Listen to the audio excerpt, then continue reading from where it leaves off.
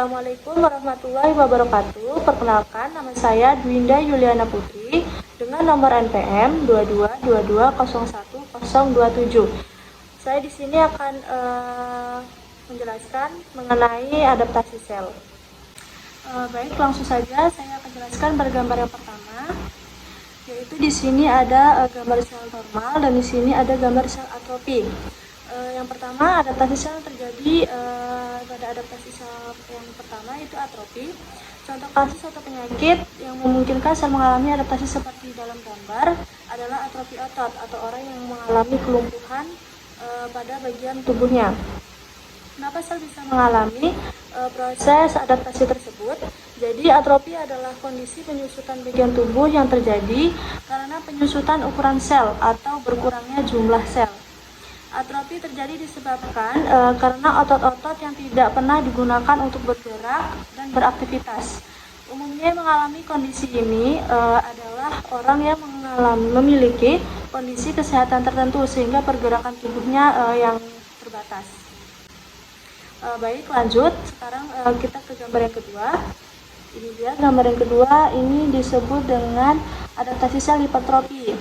Jadi adaptasi yang terjadi yaitu pada sel hipertrofi. Contoh kasus atau penyakit yang memungkinkan sel mengalami adaptasi seperti dalam gambar biasanya terjadi pada peningkatan otot binaragawan yang sengaja dibesarkan dengan diberi beban, peningkatan massa ekstremitas pada bekerja keras. Kenapa sel bisa mengalami proses adaptasi tersebut? Hipertrofi terjadi karena pembesaran jaringan atau organ akibat peningkatan ukuran sel. Pada saat membengkak atau mengangkat beban dan melatih otot, impuls atau rangsangan saraf akan meningkat dan memicu kontraksi otot. Kontraksi otot tersebut akan merangsang peningkatan kekuatan, walaupun mungkin ukuran otot tidak terlihat membesar. Baik, sekarang kita langsung lanjut di gambar yang nomor 3. Di sini terdapat gambar sel hiperplasia. Jadi adaptasi yang terjadi pada gambar yaitu hiperplasia.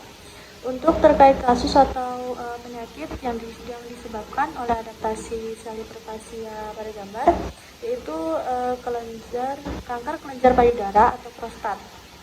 Dan untuk kenapa sel bisa mengalami proses adaptasi tersebut, jadi jenis hiperplasia ini terjadi karena adanya genetika yang tidak normal, sehingga bentuk selnya abnormal dan cenderung berubah jadi sel ganas dan bisa menyebabkan kondisi prakanker. Hiperplasia juga dapat terjadi dan ditemui pada sel yang dirangsang dengan peningkatan beban kerja, penyinsilan oleh hormon atau sinyal yang dihasilkan secara lokal sebagai respon terhadap penurunan kepadatan jaringan.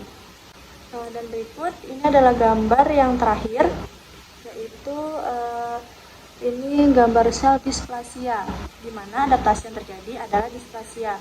Contoh kasus atau penyakit yang memungkinkan sel mengalami adaptasi seperti dalam gambar, yaitu adalah kanker serviks. Kenapa bisa sel mengalami proses adaptasi tersebut? Yaitu karena kelainan genetik yang tidak diturunkan dan mutasi gen tertentu. Baik, sekian itu tadi penjelasan dari saya mengenai adaptasi sel. Apabila saya ada salah kata, saya mohon maaf.